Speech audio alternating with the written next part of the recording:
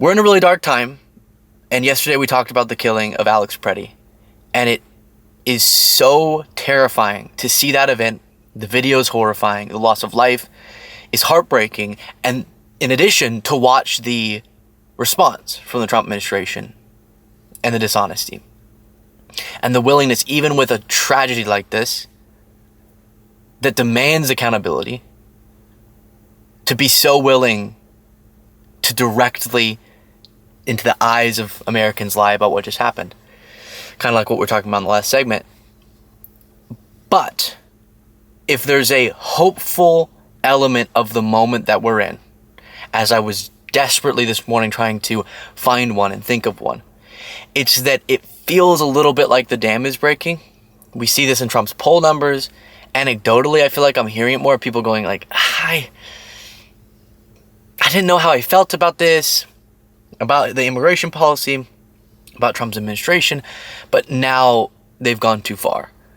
Now I see the light, right? And so I want to show you one example of just a TikTok that I came across of a guy who identifies himself as a Trump voter and a conservative, explaining how he can't stand by the regime's narrative here. But first, just because it is a new day and more analyses have been done, let's just once again debunk the narrative from the Trump administration about what happened to Alex Preddy. And even they, as we'll get to in this segment and the next, are backing off, which shows you they rarely back off. They're kind of backing off of their lies. That's how thoroughly debunked they've been and how many people are turning against them because of this and other events. So let's start with the CNN fact check, then we'll look at the guy that I referenced who is breaking with the MAGA narrative. While you watch this, if you do appreciate these updates, appreciate me doing it in my car since we don't have the studio right now and the producers can't come in, please do click the subscribe button. It makes a big difference. It is completely free and I appreciate it greatly. What you are about to see is what Nilson Barajo saw outside the donut shop. This is the clearest angle of the shooting as it happened. That is Alex Preddy recording on his cell phone as Border Patrol agents arrive outside the donut shop. He goes into the street, waving cars through. Now, here is how the Department of Homeland Security described how Preddy approached federal agents. An individual approached U.S. Border Patrol officers with a 9mm semi-automatic handgun. That's not what video shows. It shows federal agents approach Preddy. All he has in his hand is a cell phone, not a gun. Then you see him moving one protester away from agents while agents shove another to the ground. As he tries to help the protester they shoved, agents deploy pepper spray. 3 wrestle him to the ground. More join in. From another angle, you see one agent punching him in the face with a canister of pepper spray in his hand. Preddy is on the ground under them. Nothing appears in his hands. You can see an officer in a gray jacket walk in the frame. Seconds later, agents shout, "He's got a gun!" One agent removes a gun from Preddy's belt. He steps away from the scene carrying a firearm seen here in his right hand. Turns out, state authorities say Preddy has a license to legally carry a gun, but you never see him draw it. Instead, an agent draws his gun while standing above Preddy and fires the first shot. Preddy survives, somehow rising up to his knees. Then, agents fire at least 10 more times. Preddy's body slumps, face down in the street, lifeless. I wanted to play that one more time, and I think it's important. But I think that time it really, some of the, let me backtrack a little bit. Some of the clips that I played for you before I cut it off before that point. But as you watch, he's completely defenseless. And then it's just bam, bam, bam, bam, bam, bam, bam, bam, bam, bam. And they had already disarmed him. And he wasn't even brandishing the weapon. And he was posing no threat. And he was curling down on the ground as if to say, I'm not trying to fight you. And he was only trying to help the woman, wasn't being violent to the ICE agents, etc., etc., etc., was completely lawfully operating, and then he got killed. And beyond the killing, so excessively too, which shows you the state of mind. So with all that being said, one of the things that is breaking through, I think, for some Trump supporters, how you are at this point, I don't know, but it is something important to track, is the Second Amendment of this all. Like, I guess they had an easier time just assuming Renee Good must have been charging her car, and they don't see that necessarily in the video, but she did pull forward, and like they had an easier time going, well, maybe the ICE agent saw something that we're not, still gross to me, justifying what happened there. Here, what might be making more of a difference for right-wingers is that the justification from the White House started to become, well, he had a gun on him. Like, he wasn't using it, he wasn't threatening with it, he lawfully had it, it was holstered in his back waistband, wasn't reaching for it, but like, he had it, so I guess we can kill anyone dead if they have a gun on them ever, even if they're not using it. And that being such an obvious contradiction of what the MAGA movement has previously said about the Second Amendment and the importance of carrying a gun on you, and how the government becoming tyrannical is the reason that you have the gun, and like that specific narrow issue they've been so intense about that you would think for some of them that would make a difference on this particular, in my view, murder. And I guess it kind of has. Here's one guy that I saw on TikTok. Listen, I live in Minnesota. I voted for Trump. I'm a conservative. And for somebody to say like, oh, hey, stop spreading bullshit. He had a gun. It's our Second Amendment right. We have the right to bear arms. Okay? You have 8 ICE agents attacking you. You're in fear for your life. You're not going to fucking pull a gun. And then you have people defending this ICE again. It's at my front doorstep. It's at every Minnesotan's front doorstep. We're protesting by the tens of thousands. You think tens of thousands, even maybe closer to 100,000 Minnesotans are wrong?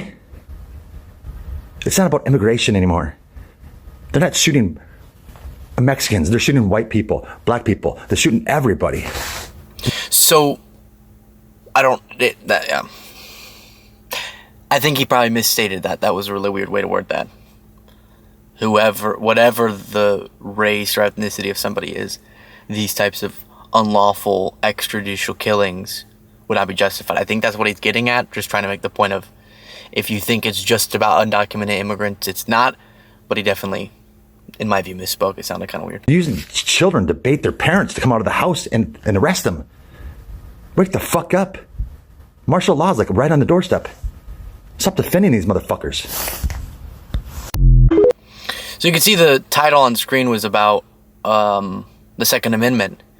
And while that to me proves hypocrisy, it's not like the most relevant part of this. The fact that he was not threatening at all seems the most. The fact that there was zero, based on any preliminary law enforcement training, justification to behave in the way they did. And again, as I said yesterday, not just to kill him like so thoroughly and excessively, but also because they'll try to get real focused on that, like, well, maybe they thought he was reaching for the gun, blah, blah, blah, blah, blah. Still insane. But even go back a little bit, as you saw in the video, he's peacefully, like, that's the most American thing ever, is he's peacefully filming, staying out of the way, pulling a protester away from the ICE agents, like, getting out of the way. And then they manhandle him to the ground, and then the event unfolds. All sparked by the ICE agents' actions. That to me is the biggest part. But if the Second Amendment and them using the presence of a gun as justification despite it not being used in any threatening manner resonates more, than obviously that should be emphasized for people to bring them over to sanity. And I think for a lot of people, once they see an example of brazen dishonesty from the White House, it can make them question other things as well. Brett Meiselas, as a reference, is emphasizing this. I've never seen a bigger attack on the Second Amendment in my lifetime than what this administration is doing right now. And the typical Second Amendment people are applauding it. What frauds. I never want to hear you pretend like you care about your rights ever again. Yeah, I can never take someone seriously if they justified this, talking about tyrannical government. I can't ever take someone seriously if they're defending this, talking about the Second Amendment or how you should have the ability to conceal to carry, which is what he was doing. And he was a nurse was doing amazing work just to add to the pain.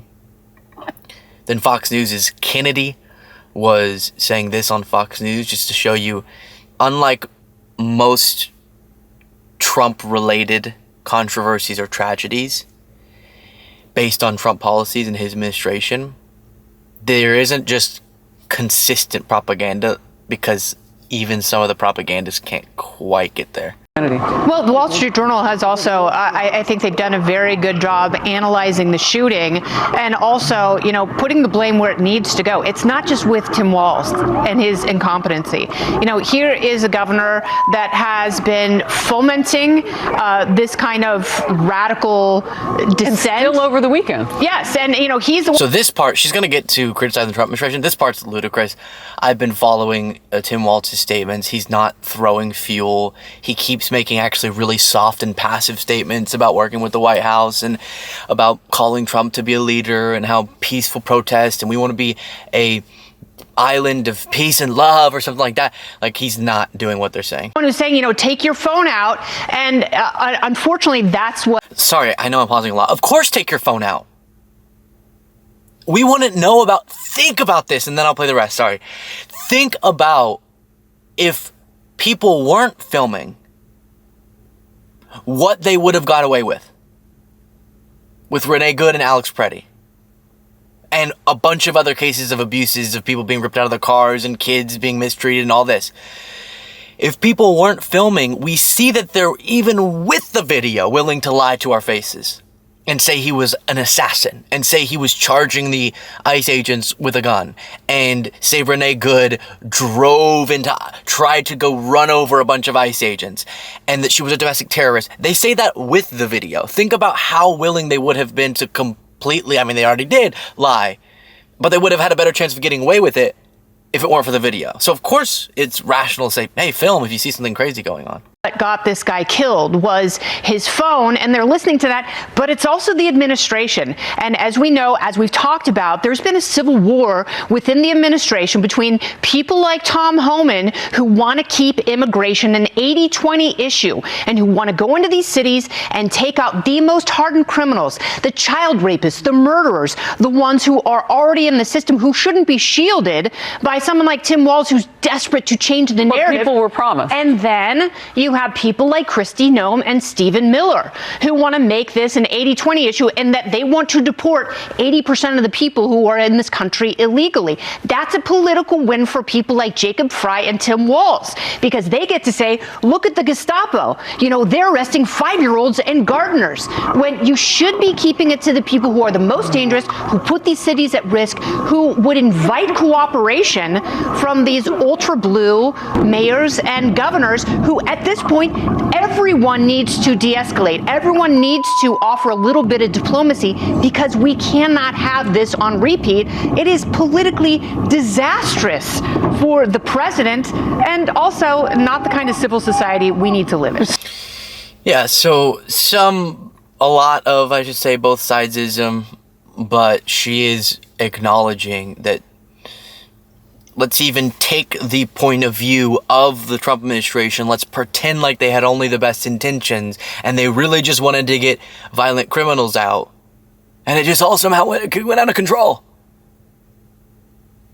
Then that objective is going to get crushed, because no one will want to help, assist. Local governments will not want to cooperate with you at all whenever you're doing this.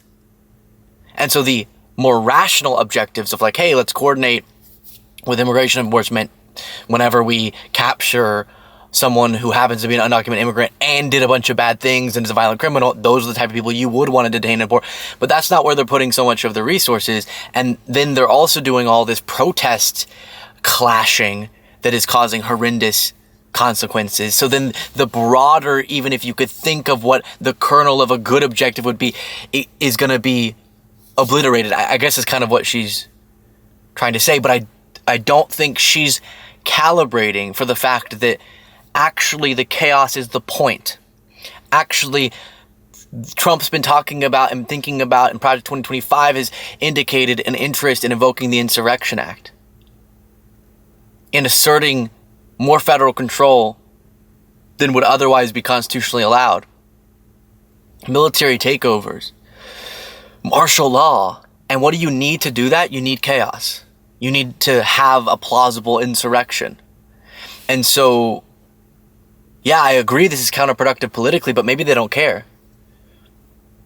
You also have this, Republicans against Trump reporting new multiple immigration enforcement sources, including senior officials, tell Fox News there's extreme frustration with DHS officials going on TV and claiming Alex Preddy was planning a massacre of federal agents or aiming for maximal damage, even after videos show those claims were false. Sources say, and it goes on, that one of the quotes is, it's been catastrophic from a PR and moral perspective. There's a lot of reporting about inside of DHS there being tons of resentment, anger towards the higher ups, Kristi Noem being one of them, for how they've handled all of this. You have the Minneapolis police chief speaking out. It looks very untrained, it looks unprofessional, it looks very chaotic. It doesn't look like there is clear teamwork tactically to achieve the same objective. And it is absolutely not how we train law enforcement in Minnesota. And I think the greater issue, the greater concern is, people should be able to have an expectation that the federal government can enforce federal immigration law without these poor tactics and really unconstitutional practices. Yeah. Absolutely well said. I told you yesterday, Marjorie Taylor Greene even said, imagining if one of our MAGA independent journalists or even just a MAGA supporter stood in the street outside of January 6th house while Biden's FBI carried out a law enforcement operation, home invasion, and arrest. Then Biden's FBI goes to the MAGA guy videoing it all and shoves a woman with him to the ground and sprays him with bear spray, then throws the MAGA guy to the ground as the MAGA guy was trying to help the woman off the ground. Then Biden's FBI beats MAGA guy on the ground, disarms MAGA guy, and then shoots him dead. What would our reaction have been? Even Marjorie's kind of getting it, having to go into a really specific alternative scenario there to relate. But yeah, I mean, exactly. Imagine that scenario. People are protesting a January 6th arrest because they're political prisoners or whatever. And then under Biden, law enforcement shoves that person to the ground, does all of what they did to Alex Preddy, and kills them. MAGA would be up in arms. Especially if then the Biden administration came out and said, oh, we had every right to, yeah, he didn't use it, he wasn't threatening with it, it was just safely on his person in a holster on his back waistband, which he wasn't reaching for, and he lawfully had a permit to have a concealed carry, but we shot him dead because the gun was there, so we can do whatever we want when someone has a gun. You would have NRA having like 48 conferences over that. And people calling this tyranny, because it is. Even Greg Abbott, look at this headline. Abbott says ICE needs to recalibrate, work from a different direction. Even Greg Abbott, the Texas governor, is kind of backing away. So my point in all of that is that the only hope that I think I can bring to you is that the tide is shifting, and I think don't feel the despair of believing that all of your fellow Americans approve of this. They don't. The vast majority absolutely do not. And Aaron Rupar said Trump tried to break the Twin Cities, but we stood strong, and now they are backing down. Makes me feel proud to live here.